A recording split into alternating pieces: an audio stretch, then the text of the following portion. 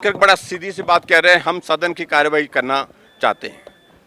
हम पिछले परसों भी विधानसभा के सत्र के अंदर हम विपक्ष के विधायक बैठे हुए थे और सत्ता पक्ष के विधायक सदन से वॉकआउट करके जा रहे हैं, नारे वो लगा रहे हैं और हम सदन के अंदर बैठे हुए हैं। क्योंकि जनहित के जितने महत्वपूर्ण मुद्दे चर्चा के लिए जो हमने उठाए हैं, नोटिस दिए हैं, अभी भी पिछले 3 दिन से लगातार हमारा जो है नियम 67 के अंतर्गत हिमाचल प्रदेश में नौजवानों को जो बेरोजगार हैं, जिनको नौकरी का वादा किया था 5 लाख नौकरियां 5 साल में, 1 लाख नौकरियां 1 साल में, 4 साल का कार्यकाल पूरा होने जा रहा, तो 4 लाख नौकरियों का हम हिसाब मांगने जा रहे हैं उनसे। लेकिन उसके बावजूद उस नोटिस को एक्सेप्ट नहीं किया जा रहा है, उस पर चर्चा नहीं की जा रही है।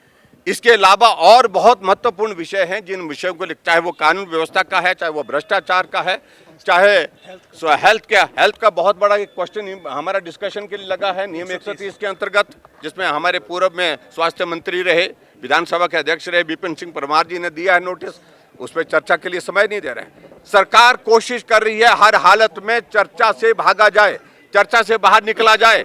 इसलिए आज हमने इस प्रदर्शन के माध्यम से अपना संदेश जो है बड़ा साफ कहा कि भ्रष्टाचार में डूबी हुई सरकार को उखाड़ फेंकेंगे, और ये जनता ने अभी पंचायत के चुनाव में साफ कर भी दिया है। भारतीय संविधान में राष्ट्रीय ध्वज को, संविधान को और राष्ट्रीय एंथम को, इसको विशेष प्रावधान है संविधान के तहत, और उसी संविधान के तहत आज दिन तक एंथम गाया जाता रहा है, राष्ट्रीय गान गाया जाता रहा है।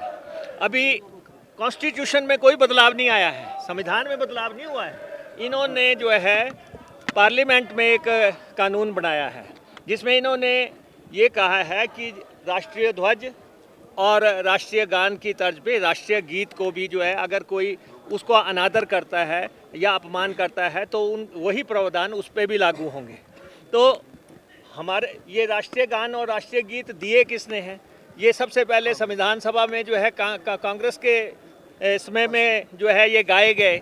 इन सबको एक समान दर्जा जो है उसी समय तय हो गया था कि इनको एक समान दर्जा मिलेगा। लेकिन यहाँ विधानसभा के अंदर तो स्पीकर इज सुप्रीम। अगर मिनिस्ट्री ऑफ होम अफेयर भी कोई गाइडलाइन जारी कर दे, वो भी किसी भी मिनिस्ट्री की गाइडलाइन यहाँ लागू नहीं होती। यहाँ पे संविधान लागू होता है, लेकिन हम स्वतंत्र हैं। हमारे स्पीकर साहब जो भी फैसला करेंगे वो कहेंगे किस ढंग से गाना है, जो फैसला करेंगे उसके मुताबिक काम चलेगा। लेकिन ये तो जब राष्ट्रीय गान हुआ उसके बाद ये खड़े हो गए कि राष्ट्रीय गान क्यों गाया जा रहा है, राष्ट्रीय गीत गाया जाना चाहिए था। तो राष्ट्रीय गान का भी अपमान करना 3 साल की सज़ा का प्रावधान है।